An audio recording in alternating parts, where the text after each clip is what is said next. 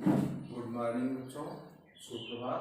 सबसे पहले आज हम आपको कक्षा क्लास ऑनलाइन कक्षा शुरू करने से पहले आप लोगों से बताना चाहेंगे कि हमारा देश इस समय नोवेल कोरोना से जूझ रहा है, जिसके कारण शासन ने ऑनलाइन कक्षा चलाने का नियंत्रण या ऑनलाइन कक्षा संचालित करने का निर्देश दिया है। उसी निर्देश के अंतर्गत आज हम आपको सबसे पहला लेसन कक्षा 12 की सामान्य हिंदी का सबसे प्रथम लेसन आता है गद्य में राष्ट्र का स्वरूप, जिसके लेखक हैं वासुदेव शरण अग्रवाल। वासुदेव शरण अग्रवाल का जन्म सन 1904 ईस्वी में मेरठ के खेड़ा नामक स्थान पर हुआ था। इनके शिक्षा यह तक की थी। इनकी भाषा खड़ी बोली और परिष्कृत परिमार्जित एवं संस्कृत निष्ठ है। ये इनकी रचनाओं में पृथ्वीपुत्र, भारत की एकता प्रमुख रूप से आती हैं। इनकी और भी रचनाएं हैं। इनके गद्य में लालित्य विराजमान है। कहीं से कहीं भी इनके गद्य में किसी प्रकार का कोई उबाऊपन नहीं आने पाता है। एक ललित निबंधकार के रूप में भी वासुदेव शरण अग्रवाल को जाना जाता है। इनकी मृत्यु सन 1966 ईस्वी में हुई है। इनकी मृत्यु अपने आपके सामान्य हिंदी कोर्स की पुस्तक में लेसन का नाम देकर के संग्रहित किया, जिसका शीर्षक है राष्ट्र का स्वरूप। राष्ट्र का स्वरूप इनका शीर्षक ही बताता है कि सर्वप्रथम हमें किसी राष्ट्र के निर्माण के लिए किस प्रकार की भूमिका तैयार करनी चाहिए, या किसी वस्तु के निर्माण के लिए सबसे पहले क्या तैयार किया जाता है। इन बातों को बताते हुए राष्ट्र के एक स्वरूप को देने की बात करते हैं कि राष्ट्र का स्वरूप है क्या। जब आप किसी भी वस्तु का निर्माण करते हैं तो उसके एक स्वरूप की कल्पना अपने मन में करते हैं। इसका स्वरूप बनेगा कैसा, या इसका स्वरूप है कैसा। इसी तक के अंतर्गत, इसी सिद्धांतों के अंतर्गत लेखक ने, हमारे ललित निबंधकार वासुदेव शरण अग्रवाल जी ने इस शीर्षक को दिया है राष्ट्र का स्वरूप। राष्ट्र के निर्माण के लिए मुख्यतः 3 तथ्य उत्तरदायी होते हैं। 3 बिंदु प्रमुख रूप से आते हैं। सबसे पहला आता है भूमि। बिना भूमि के किसी भी वस्तु का, किसी भी कार्य का शुभारंभ कर पाना मुश्किल है। यहाँ तक कि भूमि के अभाव में किसी भी कार्य का हो पाना कठिन है। तो सबसे पहले आता है इसके अंतर्गत भूमि। भूमि जो है एक प्राकृतिक रूप से दिया गया, प्रकृति का द्वारा निःशुल्क प्रदान किया गया मानव जाति के लिए उपहार के स्वरूप है। जैसा कि शास्त्रों में वर्णित है, माता भूमि पुत्रो अहम पृथिव्याम। पृथ्वी हमारे लिए माता के समान है और हम उस पृथ्वी माता के पुत्र के स्वरूप में हैं। हम उस पृथ्वी माता के पुत्र हैं। अतः ये भूमि जो है हमारे लिए क्या है, एक आधार है। यह प्रमुख आधार बिंदु है, प्रमुख आधार शिला है, जिसपे हम राष्ट्र का या किसी भी विषय वस्तु के निर्माण की नींव रखते हैं या निर्माण करने का प्रयास करते हैं। इसके बाद आता है जन। आप देखो, जब जन भूमि आ जाती है, भूमि मिल जाती है, या माता के रूप में पृथ्वी हमें मिल जाती है, तो जन आता है। तो जन जो होता है वह क्या है, वह आपको पहले हमने बता दिया कि माता भूमि पुत्रो अहम पृथिव्याम। माता हमारे लिए भूमि के समान है और उस पृथ्वी का हम पुत्र के समान है, अर्थात इस पृथ्वी के हम पुत्र हैं। तो हम इस पे अपनी संस्कृति, जन की संस्कृति, लोगों की सभ्यता, एक संस्कृति का, एक सभ्यता का, एक संस्कार का विस्तार करते हैं। तो धीरे धीरे वो एक राष्ट्र का रूप ले लेती है।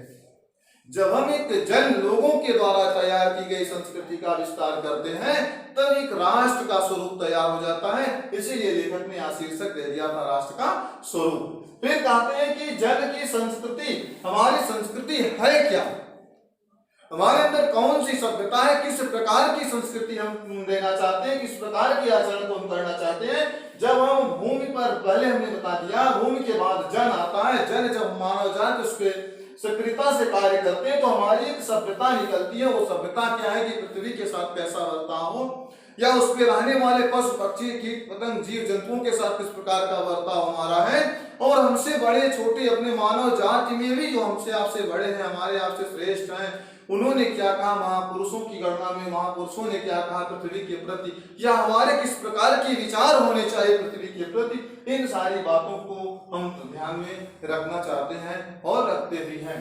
संस्कृति जो हमारी एक विशेष प्रकार की सभ्यता है और इसी संस्कृति को कायम कर लेना ही एक स्वरूप का निर्माण कर देता है।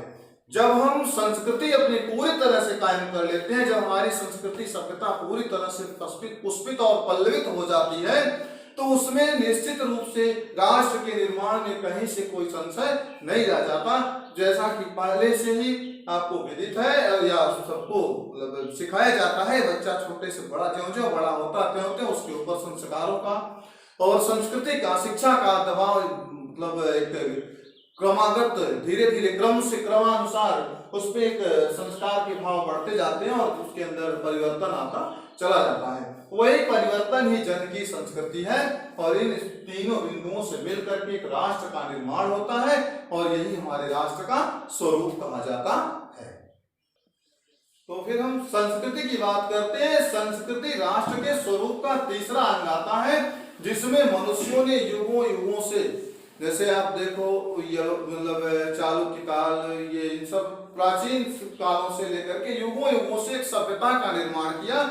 वही सभ्यता, वही एक परिपाटी जो होती हमारे लिए संस्कृत का रूप ले लेती है। जैसे वन है, वन में लताएं, वृक्ष, एकाएक वन में पुष्प नहीं आते, फल नहीं आते, वो धीरे धीरे करके प्राचीन काल से, बहुत पहले से जंगलों की परंपराएं परिपाटियां चलती आई और वो जो धीरे धीरे पुष्पित पल्लवित होते होते एक नई संस्कृति का निर्माण करते हैं, वही हमारे लिए संस्कृति का काम करती है, वही संस्कृति है। और उसी संस्कृति के अंतर्गत हमें यह सिखाया जाता है कि नमो मातृ पृथिव्यै, नमो मातृ पृथिव्यै, अर्थात इस राष्ट्र में जिस राष्ट्र में या जहां हम रहते हैं, जिस पृथ्वी पर हम रहते हैं, वह पृथ्वी हमारे लिए माता के तुल्य है और हम उस माता रूपी पृथ्वी को नमस्कार करते हैं। बार बार ऐसा करने को कहा जाता है, जैसा कि शास्त्रों में भी वर्णित बताया गया है। पृथ्वी एक आधार था, उसके ऊपर हम जन आए और हमारे हम जनों के बाद जो प्राचीन काल से अजंता, एलोरा, इन सब समय से बहुत प्राचीन काल से जो संस्कृतियां सभ्यताएं चलती चली आई, वही हमारे लिए संस्कृति का काम करती हैं। इस प्रकार से एक राष्ट्र के स्वरूप का निर्माण होता है, उसी स्वरूप को हम राष्ट्र के स्वरूप का नाम देते हैं, जो हमारे लिए बहुत ही उपयोगी सिद्ध होता है। वासुदेव अग्रवाल जी का कथन है कि जब मानव अपने विकास के क्रम में, जीवन के उत्थान के क्रम में आगे बढ़ता है, क्यों उसके लिए इन तीनों तथ्यों का बार बार आगमन होता और बार बार इन तीनों तथ्यों से सीख लेते हुए, शिक्षा ग्रहण करते हुए आगे की ओर बढ़ता चला जाता है। इसलिए प्रत्येक मनुष्य का यह दायित्व बनता है कि अपने राष्ट्र के विकास के लिए, राष्ट्र के उन्नत उत्थान के लिए हमें किस प्रकार से इनका सहयोग करना चाहिए। अगर भूमि है तो भूमि का दुरुपयोग नहीं करना चाहिए, अर्थात इनके साथ हमें किसी प्रकार की छेड़छाड़ नहीं करनी चाहिए। जन है, लोग हैं, तो वसुधैव कुटुंबकम का भाव बताया गया है कि जैसा कि अगर हम आप समूची पृथ्वी को अपना परिवार मानते हैं, तो निश्चित ही हमारी संस्कृति का विकास होगा, हमारी सभ्यता का विकास होगा और यह सब संस्कृति ज्यों-ज्यों जिस क्षण जितने बार से आगे बढ़ाने का प्रयास किया जाएगा, उतनी ही बार आगे की ओर बढ़ती चली जाएगी, क्योंकि मानव की संस्कृति ही बार बार आगे की ओर बढ़ती है और वही संस्कृति हमें एक राष्ट्र के स्वरूप के निर्माण के लिए प्रेरणा देती है, वही एक प्रेरणादायक स्रोत के रूप में कार्य करती है।